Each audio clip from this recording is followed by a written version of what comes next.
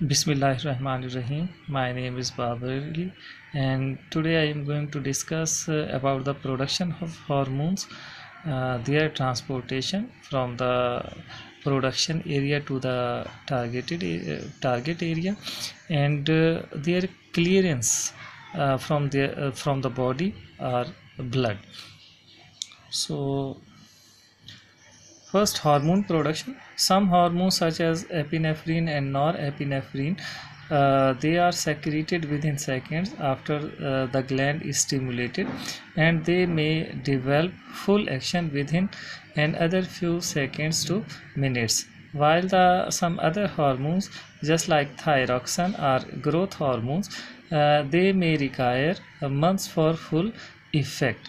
So we can say different hormones have uh, their own characteristic, onset and duration of action. Concentration of hormone in the circulating blood. Concentration of hormone, the hormones, these are released in very low concentration in the blood, and they control their specific activities at the targeted area. Their concentration varies from picogram to few micrograms per milliliter of blood.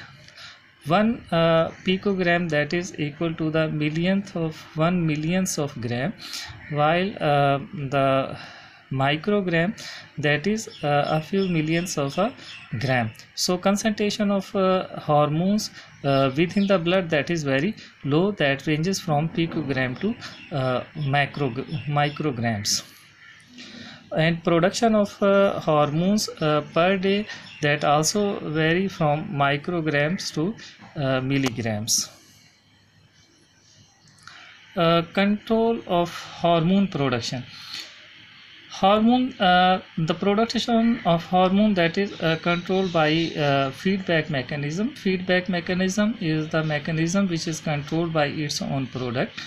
There are two types of feedback mechanism: negative feedback mechanism and positive feedback mechanism. In negative feedback mechanism, the conditions or products result from the action of the hormone.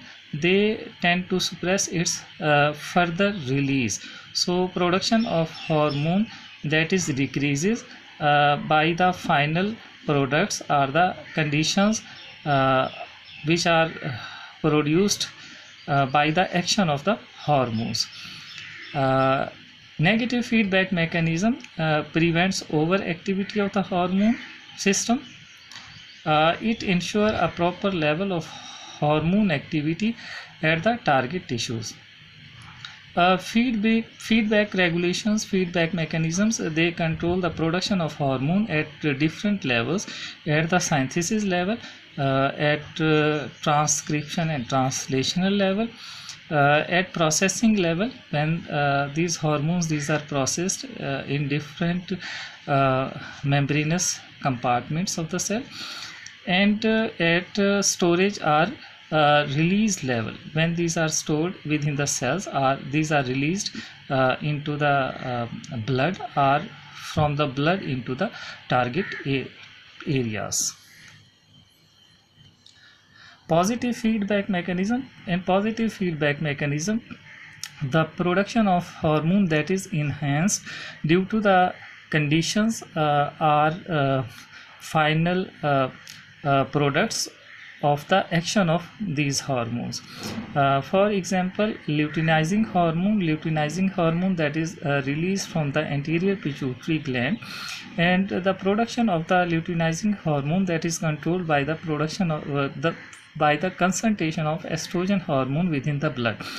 As the production of estrogen hormone, that is increased in the blood, concentration of the estrogen hormone is increased in the blood, that enhance the production of the luteinizing hormone.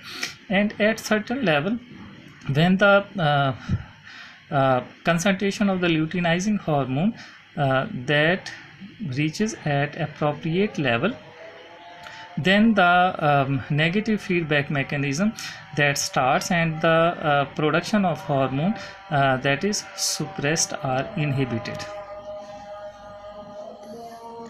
Transportation of hormone, these are transported to the target area via blood. So some hormones are soluble in the water, so these hormones they dissolve within the plasma of the blood and reach at the target area.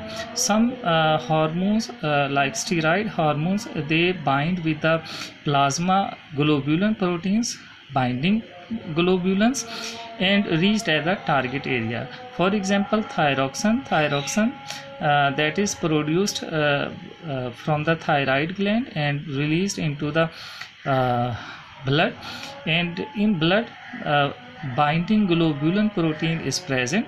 So thyroxine that bind with the binding globulin proteins, and in the form of thyroxine binding globulins, they reached at the targeted area, and then from the targeted area these are diffused into the cells or tissues of target area. But in this case these binding globulins, they acts as a reservoir for the hormones. So hormones, they are slowly released from these binding proteins and diffused into the targeted area. So those hormones which bind with the binding proteins, these are not easily cleared from the body or the blood. Clearance of hormones from the blood.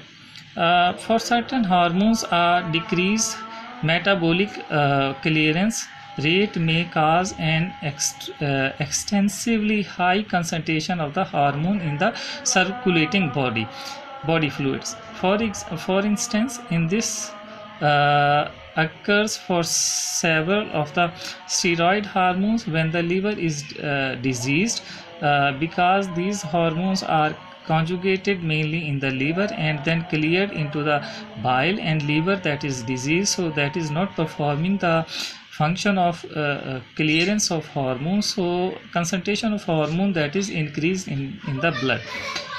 Hormones are cleared from the plasma in several ways, including metabolic, destruction of the tissues, binding with the tissues, excretion by the liver into the bile, and excretion by the kidneys into the urine.